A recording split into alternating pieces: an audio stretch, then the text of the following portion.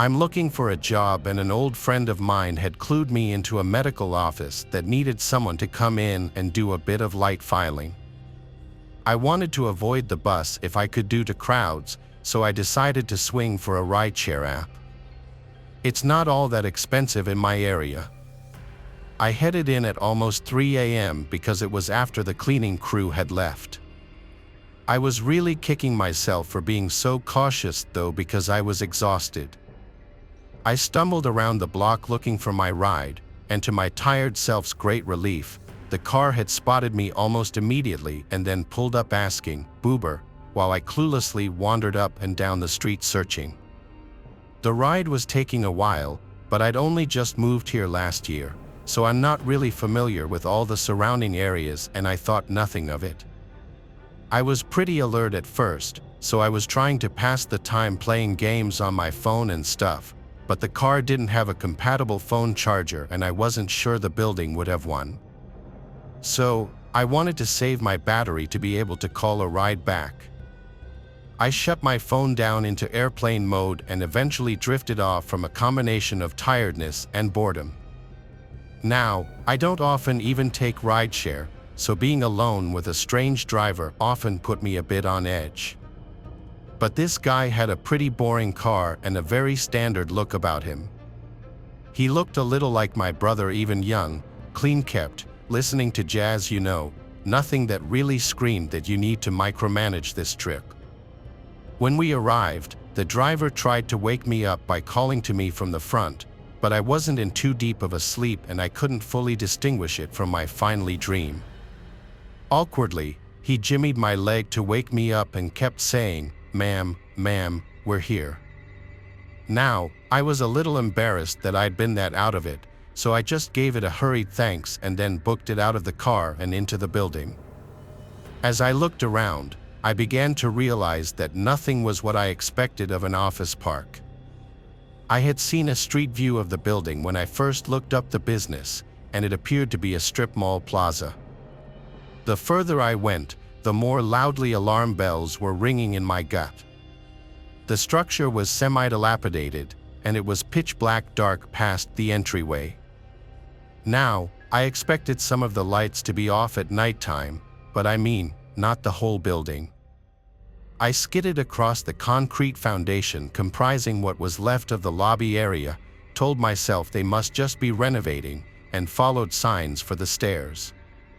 After what felt like ages, it was most likely just a few minutes. All I had passed was construction equipment, a couple of long doors, and some smashed windows. I was pretty certain that I wasn't going to find a medical office and figured that maybe I'd mixed up the address. I took out my phone to double check, but once I got it out of airplane mode, I could barely get a signal.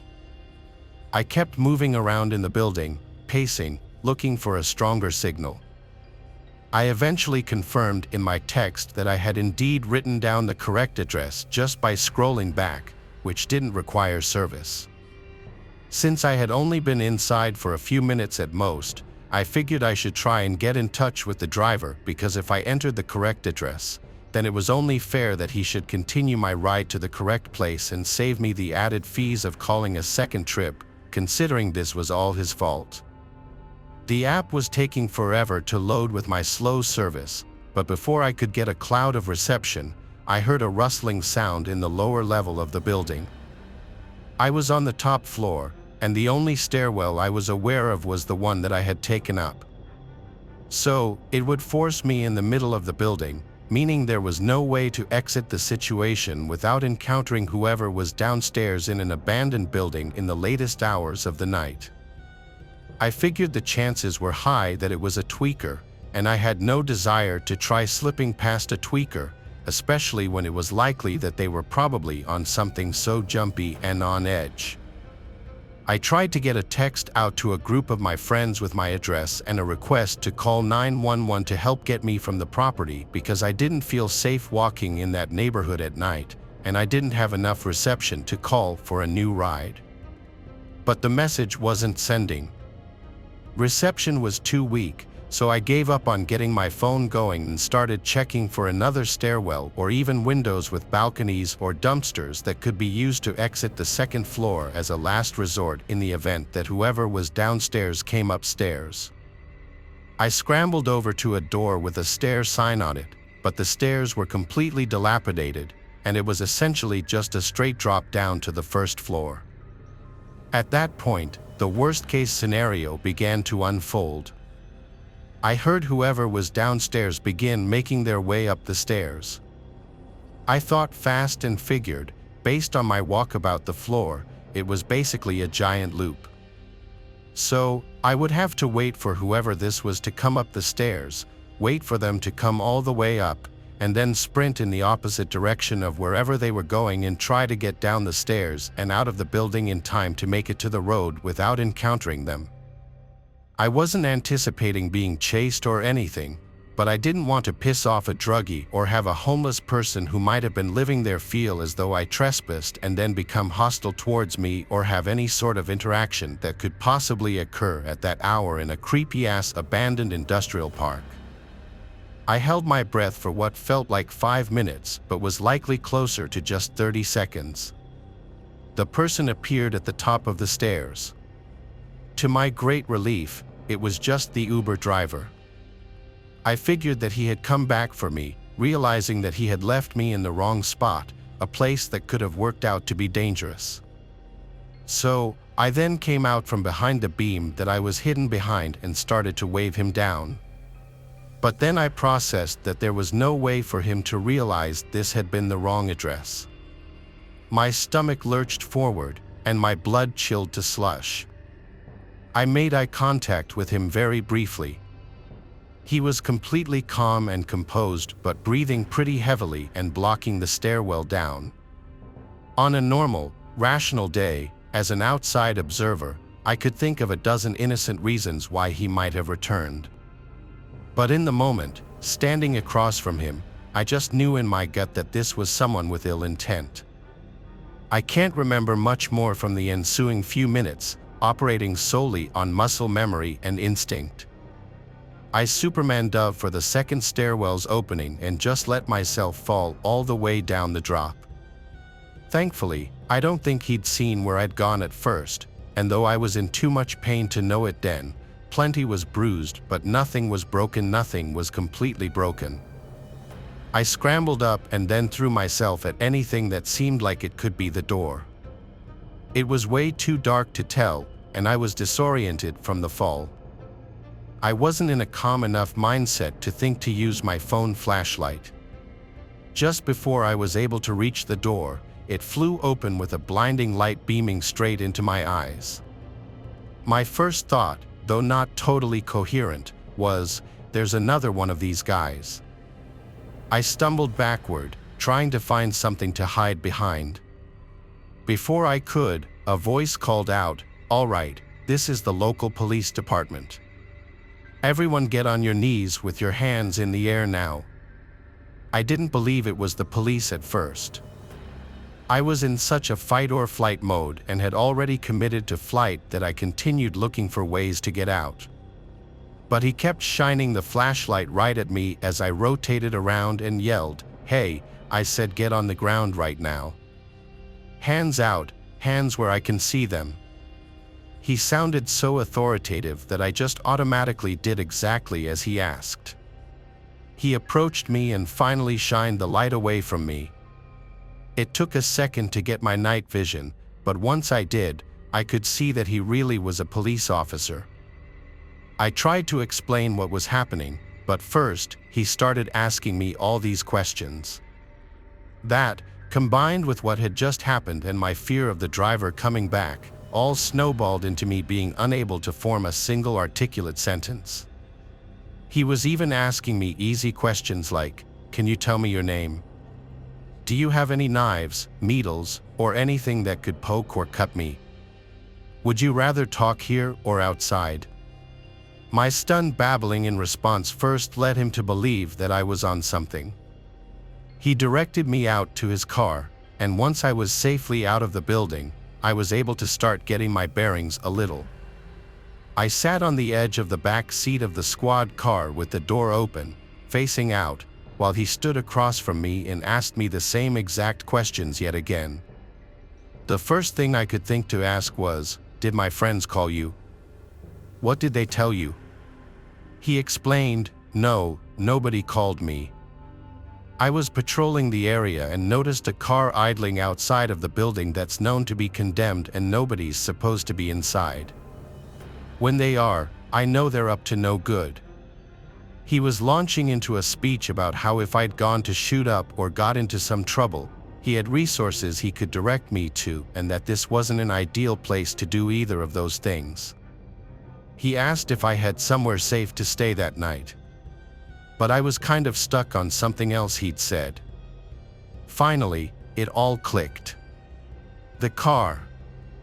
I spilled my whole rideshare story in a frantic word vomit.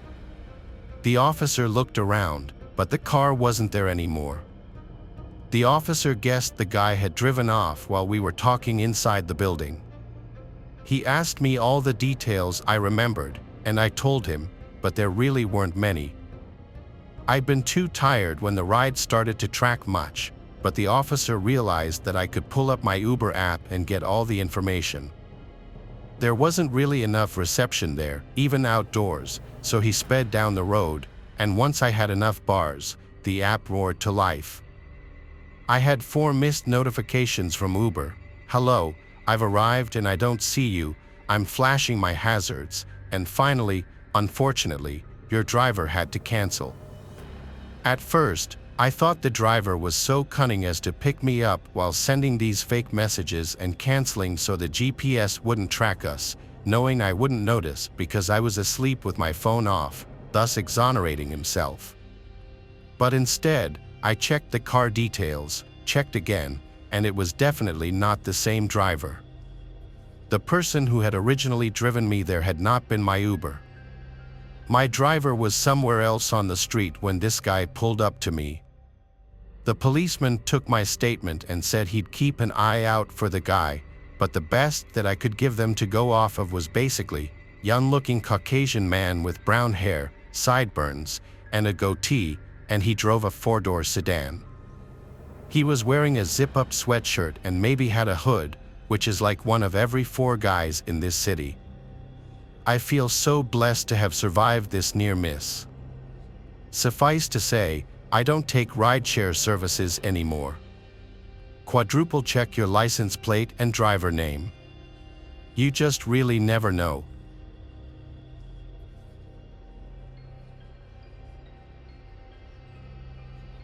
Inking about money at this point. He is a former Uber driver. I've dealt with a whole bunch of unpleasant characters, from the drunken groups of friends on Saturday nights to the people who pretend to be handicapped to get free rides.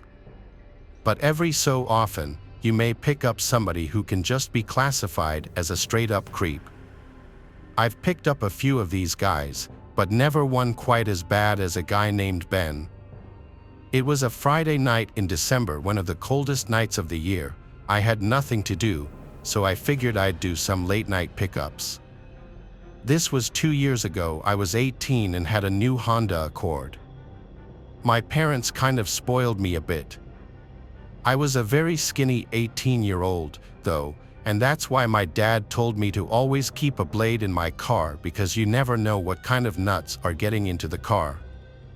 A guy named Ben popped up a couple of miles away by a major shopping area. I responded to his request and started driving in that direction. I pulled up in front of the shopping center where I saw a group of teenagers hanging out. It looked like trouble. I hoped this Ben guy wasn't part of this group. A bunch of them looked at me and my car as I slowly passed. Eventually, I just hit the gas and went further into the parking lot of the shopping center, wanting to get away from this group. I did 2 laps around the whole parking lot until I finally noticed through my left mirror somebody approaching my car from behind. I rolled down my window and called out, "Ben." He called back, "Yes." I told him to hop in. I had to repeat myself 3 times, and given that all I was saying was hop in, very clearly made the situation very weird from the start. The fourth time he finally understood me and walked slowly around the back, getting into the seat right behind me. Usually, the people I picked up would sit diagonally from me, which is what I preferred. When people sat right behind me, it just made me a little paranoid sometimes, especially when the person seemed kind of creepy. This guy was old, he had to be in his upper 40s. When I asked him his age, he told me he was 46, which I entered into my phone. By his voice, I could tell he was a very heavy smoker. Come to think of it, my car was starting to smell like cigarettes. The address he gave me was 10 miles away, which was fine since that meant I'd be making more money. I tried making small talk initially, which didn't work out too well. If I would ask him a yes or no question, sometimes he'd just mumble, and any other questions led to dry responses. I stopped talking when he completely ignored one of my questions. There were still 5 miles to go. By the 6-mile mark, things started getting uneasy. I was afraid to look into the rearview mirror because I was so sure that he was staring at me. I took a quick half-second glance, and I was right. He was, in fact, staring at me. My body forced my foot down heavier on the gas. I wanted this ride to be over sooner. By the 8-mile mark, I started to realize we were in the middle of nowhere. We were on basically a deserted street with woods on either side and occasional buildings. I was growing suspicious now as to where this address he told me actually was, so while driving, I dragged my finger across my phone to slide the map in the direction of the address. It seemed to lead to a dead-end street with no surrounding streets nearby. I was getting more and more nervous with each passing minute. I shot a glance back up again at the mirror, and he was still watching me. I finally summoned up the courage to ask him if the address he gave me was of his house. There was silence for a few moments, and I thought he was once again going to ignore me or possibly didn't hear me. But 5 seconds later, he finally answered, yes. There was less than a mile left in the drive now, still surrounded by nothing but woods with the occasional empty-looking building. I was approaching the dead-end street that the address he gave me resided on, hoping some houses would come into sight. As the street came up, I slowed down so I could get a good look at it, but nothing could be seen, just pitch blackness. I could only imagine why he wanted to get me out here alone, so far away from anybody or anything. I casually kept driving, pretending like I missed it, hoping he wouldn't notice. But he did. Instantly, he hopped out of his seat and yelled at me to turn around. Honestly, I felt like my life was on the line, so I apologized and did a quick 3-point turn. As I was repositioning, I flicked a blade open and held it tight in my right hand, ready to use it. I turned down the dead-end road, with my headlights now displaying just what I thought I would see, nothing but trees on either side. I made it to the end of the road, not a single house or building. I just knew something was about to go down. I was just trying to physically and mentally prepare myself for it. Suddenly, he said in as soft a voice as he probably could, "Thanks for the ride." I wasn't even opened his door, but before stepping out, he said, "Could you get out of the car for a second? I need help carrying my bag. I have a bad back." But he didn't have a bag. I knew he didn't. He didn't come in with one. I replied, yeah, sure. Let yourself out and I'll help you in a sec." The shakiness in my voice was too obvious. What happened next I never imagined would happen. All of a sudden, I felt pressure on my neck. It took me at least a second before I could realize he was choking me from the back seat. Immediately, I drilled the blade into his left arm, and he screamed in pain, releasing his grip on my neck. He fell out of the car and onto the street, and I took that opportunity to turn the car around and practically floor it down the street until I returned to a busy road. I actually didn't end up calling the cops. I was just too scared to do anything but drive home, and by the time I got home, I just wanted to go to sleep and forget about it. Needless to say, I resigned from my Uber driving days after this incident.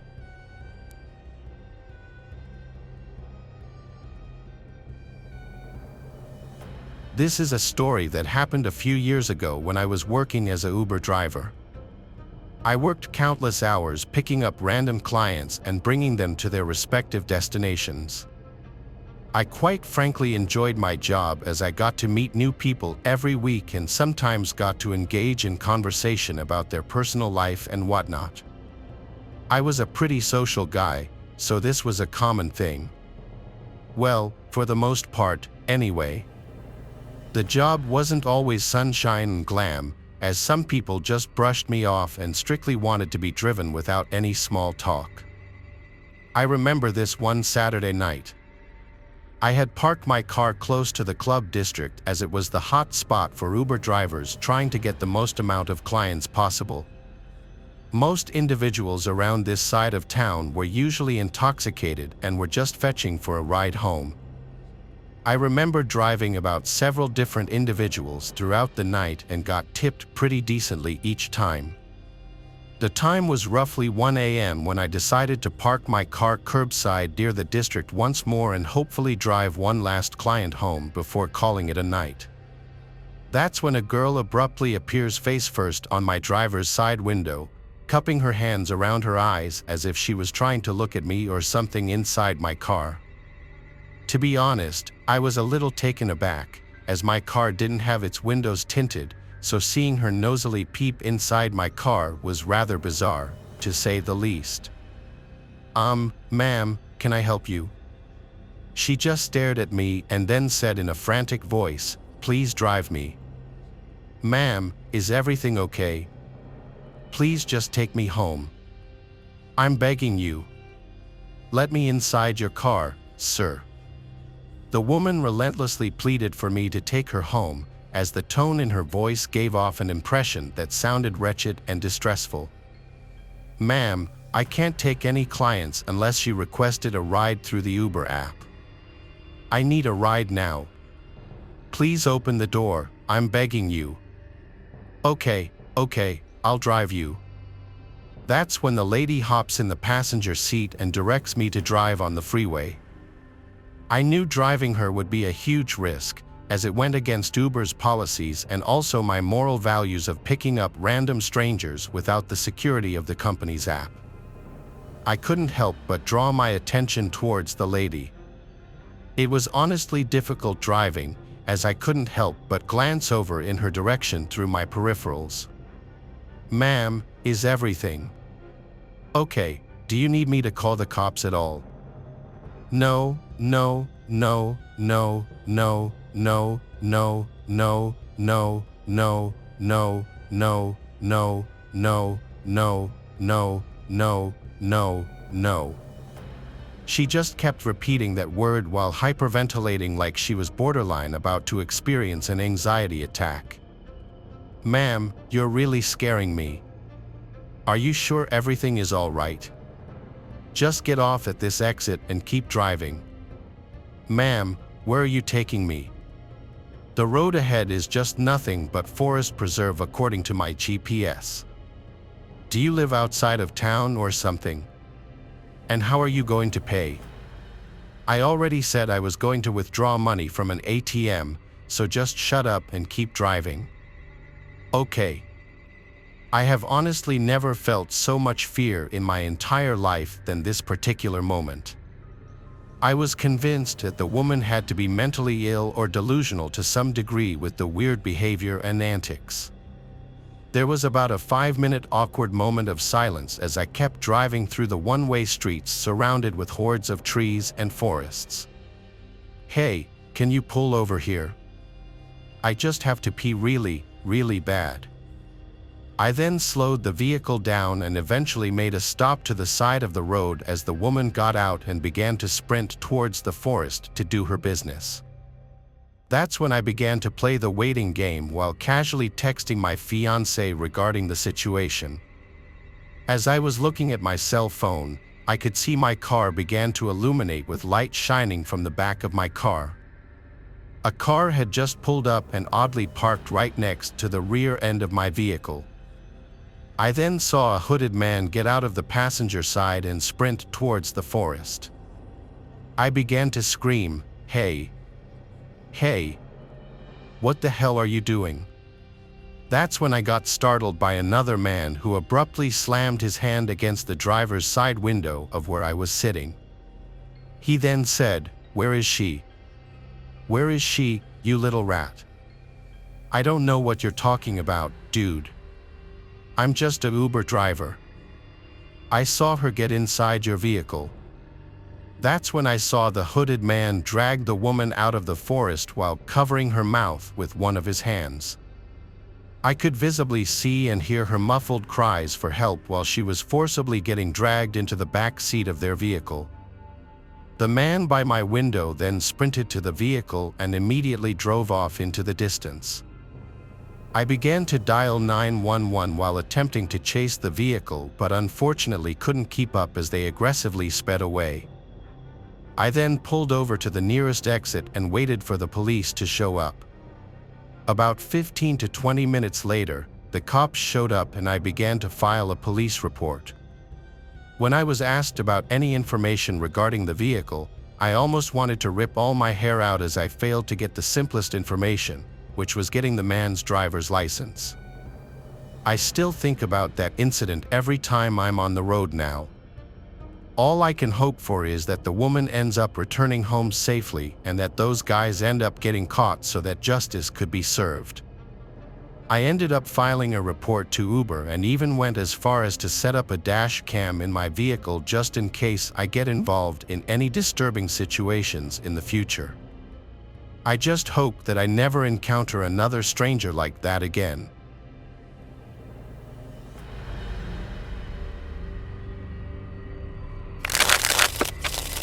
Thanks for watching the video. Subscribe to the channel and turn on notifications to watch the latest videos.